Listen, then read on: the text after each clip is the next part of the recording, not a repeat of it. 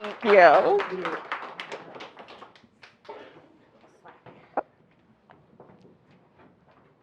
Good evening. Thank you for joining us tonight. Let me move out of the way so hopefully you guys can see this. So I'm starting with a quote from Arne Duncan as we think about what's next in education. We're going to think about the good schools in this country haven't managed to defeat the lies that undermine our system so much as they have been able to circumvent them. And so tonight we're here to talk about what are these good schools? What are some of the characteristics of these good schools? What do we want to take into our future? And when we think about that, teacher-powered schools are one type of good schools.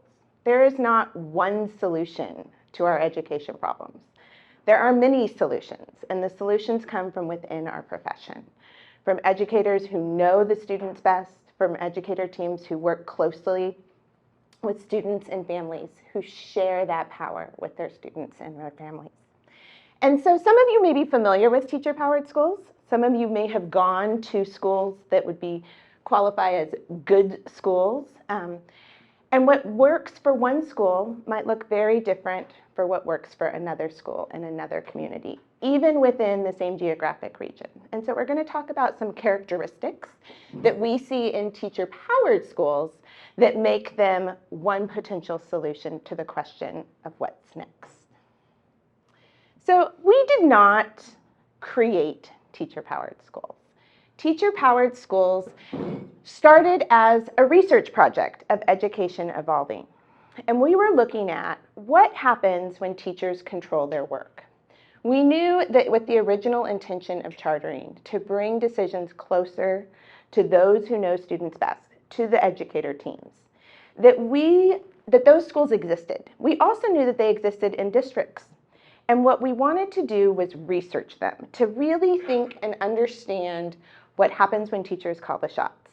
And so we looked at, as part of the research project, do these schools, do these teams that have autonomy, that use collaborative leadership, that use democratic decision-making, do they emulate high-performing organizations? That was our research question.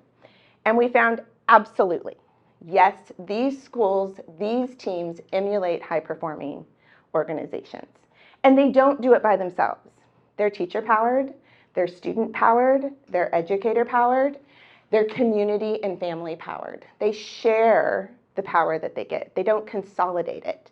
They share it amongst themselves to make it a more democratic space for their students. And from that, they're able to create equitable, student-centered learning environments. And when we talk about student-centered learning and equity, what we're really thinking about is what do the students at that site need to be their best selves, to learn. And that is going to look very different in some places. And so what works at one school, and they may choose a student-directed project-based learning pedagogy for their learning program, that might not work in a different location where those students might want an outdoor learning, experiential learning program, or one that focuses on interdisciplinary studies and social justice. And so the team of teachers with students, with their families and communities, bringing in all of the shared knowledge there can create the best learning environment for their students. So as we were working on what eventually became Trusting Teachers with School Success, we realized that these schools felt very isolated from each other. And so much of our education system is siloing our teachers, siloing our classrooms, siloing our schools. And we wanted to break down those silos. And so part of understanding what makes a good school that can circumnavigate this system is looking at schools who do things differently, who resist going back to the status quo, especially when things are hard. And you can see this with the pandemic. How many of the schools during the pandemic said, we're going to take advantage of this break, and we are not going to go back and do things the way they were, because we know that isn't working. And yet, how many of those schools today look very similar to the way they did in 2019? And that's because the status quo pulls us back. And so in order to really break that system, to break the bonds that pull us back into this black hole, you really need to think about what are these schools doing to ensure that they are building capacity within their teams and that they are planning for systems and structures that help them resist that when things are hard. Things will always get hard at school sites. There will always be challenges. We will always be tired. And so thinking about how to do things differently with trusting teachers and teacher-powered schools is looking at the structures and the practices of those teachers.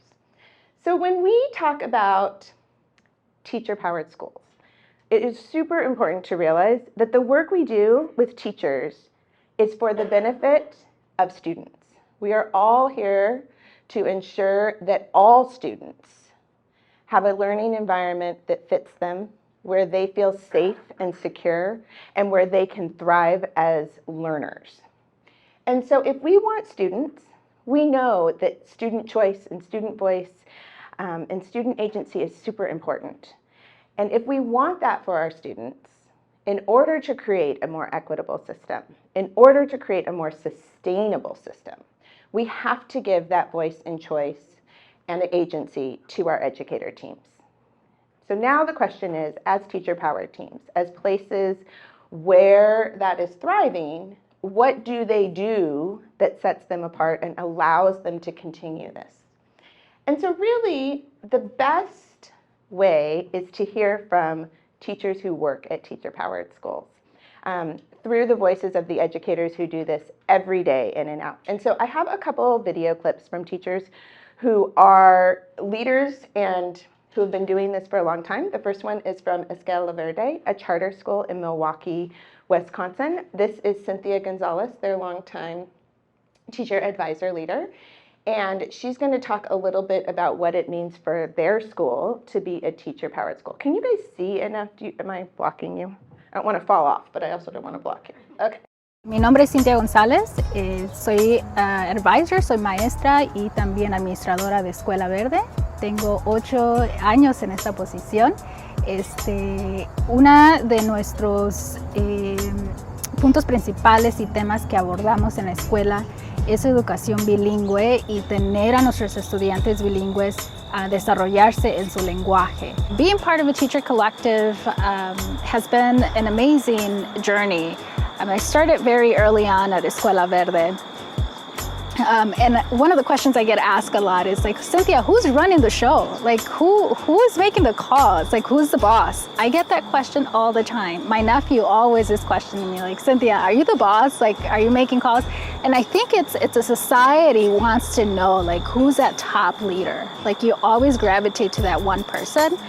And what makes Escuela Verde very unique is that we have a collective of leaders. We have a collective of amazing teachers who are also making decisions that are going to impact our youth and our children that we're working with. That is a process that takes a lot of work to get a team to make consensus decisions around that.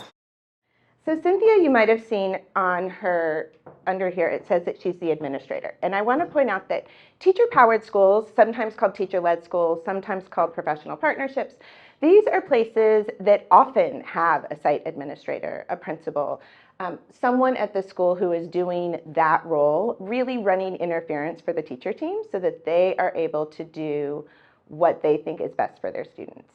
One difference is that at a teacher-powered school, the role of the administrator shifts because they are one member of the team. They are not a veto member. They don't get to say, this is what we're going to do. They co-create that with their team as part of their shared purpose, and then they make decisions from that space. I think that what Cynthia talks about is that it's a lot of work. Absolutely, it is a lot of work. It's different, though, than a lot of work teachers are already doing at traditional models and traditional schools. So instead of being directed and told exactly what to do and how to do it, and when you see something that isn't working for your students, not being able to change it, teachers at teacher-powered schools are able to work with their families and their students and their administrative teams to make those changes immediately, to decide, this isn't in the shared purpose that we created, or this we thought was, but it's not working. We're not going to wait till next September to change that. We're going to go ahead and make that adjustment right there. Let's see if we go. Perfect. So as we think about this, I want to challenge you tonight. I want you to pause on what you think you know about schools. Pause on the way you experience schools growing up and attending schools. Pause if you have been through teacher prep programs or administrative programs in your classrooms, and think about schooling and decision making at a school site differently. TeacherPowered is a governance structure, and it is not a model that you can just take out of a box or out of a binder and say, okay, you're going to be TeacherPowered, you go ahead and do this. TeacherPowered is really, the power there is in the co-creation. And that co-creation lives with students and families and communities. And that ensures the equity piece in the learning program, in the school culture, in the design.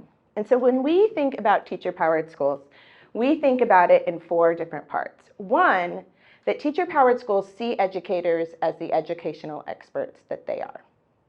They have been trained to be educational experts. They have experience every day in their classrooms and in their school sites, and they should be treated as professionals with doctors, with lawyers, with lots of professional fields.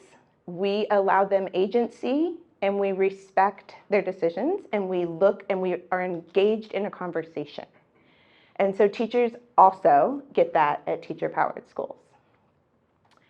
Next is collective autonomy. Autonomy is a piece of being teacher-powered. It is not a yes or a no, it's a spectrum. So some of the schools that work in teacher-powered environments have a lot of autonomy. They may have it through their charters, through a district MOU. We look at 15 different areas. But really the piece that I want you to zero in on here when you're thinking is, don't think about it in terms of classroom autonomy where you close the door and you get to do what you want behind that door. Because transparency is really an important practice at teacher-powered schools. The key word here is collective. And I think as a society, we haven't done a lot of work helping people understand what it means to be part of a collective, what it means to work towards the common good, what it means to compromise and make sacrifices in that space. And so teacher-powered schools really focus on collective autonomy. As a team, with our families, with our students, where can we pull these levers to allow us to make better choices for school culture, school policies, learning program assessments that allow our students to learn deeper and really tap into the inherent brilliance that lies within our students and our community. Then next are structures, practices, and supports. And this is the really nitty-gritty of teacher-powered. How do you do this? What does this look like every day? How do you make time in your schedule? How are you not there till 8 o'clock talking about every decision? And we have lots of resources that we spend most of our days supporting teams in this space. But what I want to point out here is it isn't just teams of teachers making decisions without structure. There is a lot of structure that goes into teacher-powered schools.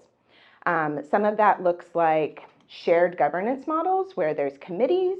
Sometimes it looks like practices, for example, peer observation, sharing, team teaching, transparency, meaningfully involving students and families, not just in traditional voice or an invitation, but really welcoming in them and creating spaces where they're part of decision making. And then finally, accountability. Accountability is a huge question. And even as we rethink what is possible in education, we have to think about, are we actually doing what we need to do, which is educating students? We can have a lot of conversations about what they should learn and how we should assess that and broadening measures. But the most important part from our research tells us that teacher-powered teams absolutely are accountable and take accountability for the decisions that they make. What they don't want to be accountable for is decisions that come down from a district or an authorizer that are not relevant to their students, that maybe hurt their community, that do not identify and celebrate students' individual identities and their cultural identities. And so, yes, they do take accountability. What that looks like might be different. It might be their assessments that they're creating and deciding.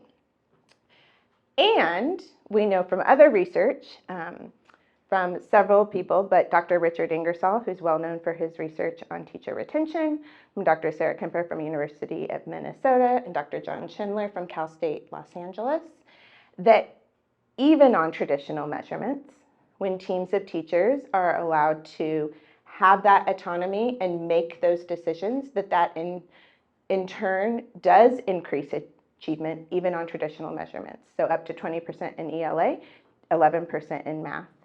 And that teachers have higher retention rates because they are co-creating and owning this. So we know there's a teacher shortage problem. We know that there's who wants to go into education. And we have to think about what are the working conditions that create spaces where people want to stay, where they feel invested in ownership over that space. In this video, they're going to talk a little bit about the accountability piece, and this is from Casa, the Cornerstone Academy for Social Action out of the Bronx in New York City. They are a district school and middle school. And here we go. Our overall purpose is to just make better human beings. We encourage the kids to express their sexuality. We encourage the kids to express their creativity.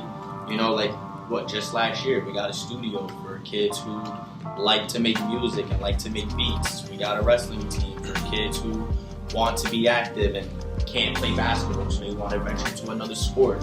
We encourage the kids to be who they want to be. I definitely feel like the teachers hold each other accountable. You get what I'm saying? There have been times where I've heard teachers give each other constructive criticism, and nobody takes it, personal, because they understand that the objective, not only for the students, is for themselves, is to continue to grow. So what I like about that piece is that was one teacher and one paraprofessional who were talking there. So Mr. Alcia and Mr. Isaiah. And at that school, their paraprofessionals are not separated from their teachers in terms of decision making. All the educators in the building are part of their team. And they are part of decision making, and they are part of the conversations that go into deciding, what does this student need? What does this class need? How might that be different than the students we saw 5 years ago? Is our mission and vision still relevant to the students that we serve every day? Our communities change, our students change, sometimes our educator teams change, and we have to change with them, which is why I would say that TeacherPowered is often in rough draft. What worked 1 year needs to be reevaluated to see if it works the next year. And we all went through a rough draft with the pandemic. And so when we think about, Pretty rough. Exactly. When we think about what is next in education, it isn't what we've done since the industrial revolutionizing of education. What's next in education looks very different for each community. For us, TeacherPowered Schools is one way that teams can move forward in authentic, equitable, student-centered learning, because they are sharing power. And so I challenge you to really think about at your schools, when you go back to your communities, what do we do because it's always been done that way? And does that work for your team? Does that work for your students? Does that work for your communities and your families?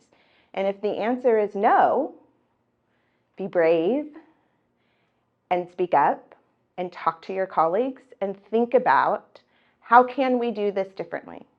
How can we not go back to what we've done for 10, 20 years? How can our school not look like what it was in 2019? What do our students need?